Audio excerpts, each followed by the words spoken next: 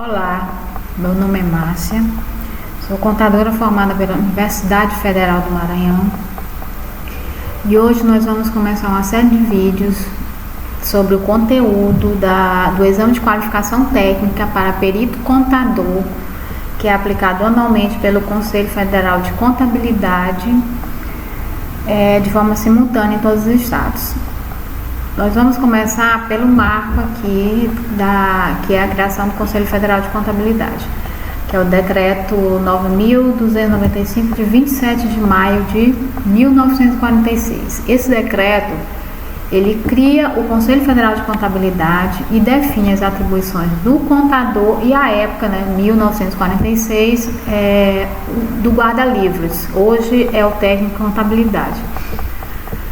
Então, o objetivo aqui é que se memorize a essência de cada artigo da legislação referente ao conteúdo do exame de qualificação técnica para perito contador. Você observa que aqui o decreto 9.295 de 27 de maio de 1946, ele está vigente, tá? Esse decreto aqui, esse texto aqui ele foi retirado do site oficial da Presidência da República. Então, vocês vão observar aqui que ele está vigente. Então, se ele está vigente, tá? Ele é norma até hoje. Tudo bem, vamos adiante. Aqui, então, nós vamos começar pelo artigo 1º. Hoje nós vamos tratar do artigo 1º ao artigo 5º, tá?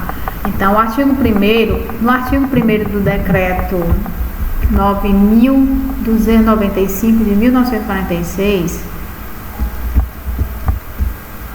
o Conselho Federal de Contabilidade fica criado juntamente com os Conselhos Regionais de Contabilidade, tá? No artigo 2º, a fiscalização do exercício da profissão contábil, assim estabelecendo-se os profissionais habilitados como contadores e técnicos em contabilidade, será exercida pelo Conselho Federal de Contabilidade e pelos Conselhos Regionais de Contabilidade, a que se refere o artigo 1º, tá? Então, aqui no artigo 1º do decreto 9.295 de 1946, fica criado o Conselho Federal de Contabilidade dos Conselhos Regionais. Aqui no artigo 2º, este decreto, ele determina a função desses conselhos. Então, o Conselho Federal de Contabilidade e os Conselhos Regionais de Contabilidade são órgãos fiscalizadores da profissão contábil, certo? Por que eu estou frisando isso, que são órgãos fiscalizadores? Porque é muito comum que eu vou me incluir porque eu sou da profissão, eu vejo muita discussão sobre isso. Eu tenho grupos do país todo, tenho grupos aqui no meu estado, e existe uma falsa impressão ou colocação de que o Conselho Regional de Contabilidade, os Conselhos Regionais de Contabilidade e o Conselho Federal de Contabilidade sejam órgãos de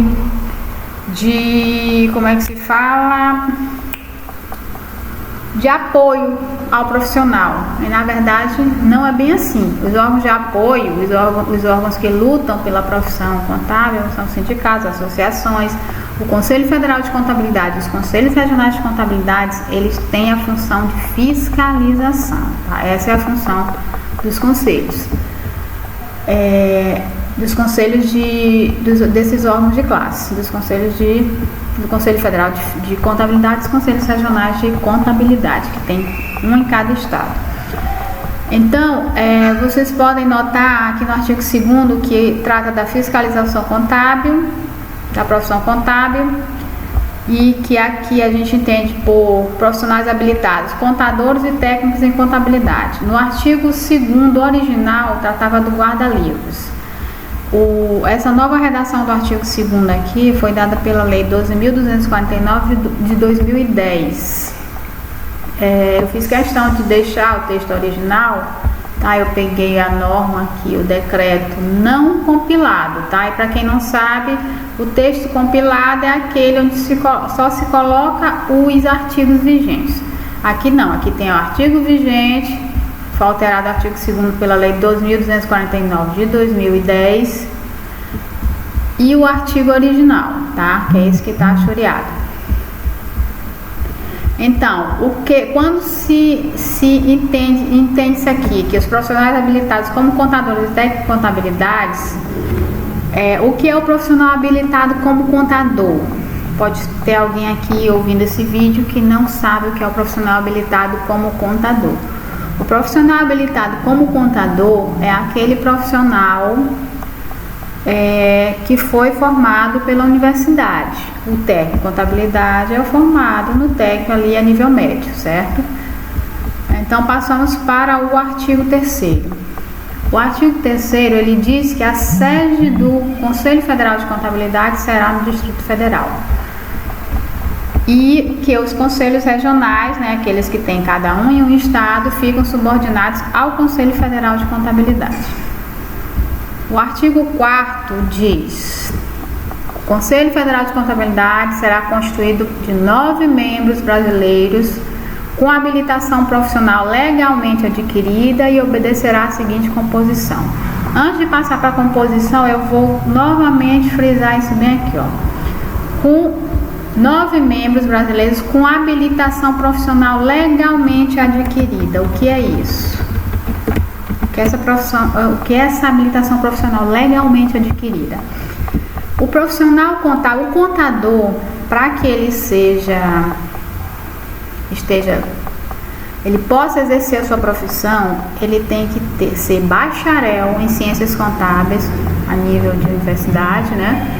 E estar inscrito no Conselho Regional de Contabilidade. Ele tem que ter um número do CRC lá no seu estado. A questão de trabalhar em outro estado é outra situação, a gente pode ver mais adiante em outro vídeo. Mas a habilitação profissional legalmente adquirida é o contador na faculdade e o técnico de contabilidade na Escola Técnica de Contabilidade. Então vamos voltar para o artigo 4º. Nós estamos tratando do decreto 9.295 de 27 de maio de 1946, que criou o Conselho Federal de Contabilidade e define as atribuições de contador e do técnico de contabilidade. Passamos para o artigo 4º. Voltando ao artigo 4º, ao caput do artigo 4º. O Conselho Federal de Contabilidade será constituído de 9 membros brasileiros com habilitação profissional legalmente adquirida e obedecerá a seguinte composição. Na linha A do artigo 4º, esse decreto determina que o presidente do Conselho Federal de Contabilidade será designado pelo governo federal, ou seja, ele é escolhido, tá? Escolhido diretamente pelo governo federal.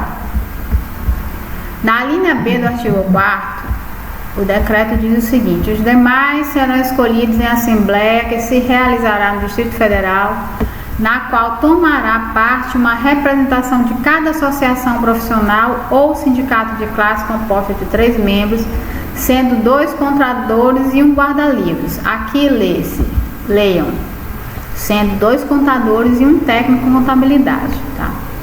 Então, apenas o presidente do conselho é escolhido pelo presidente, pelo governo federal, né? Designado pelo presidente lá, no caso.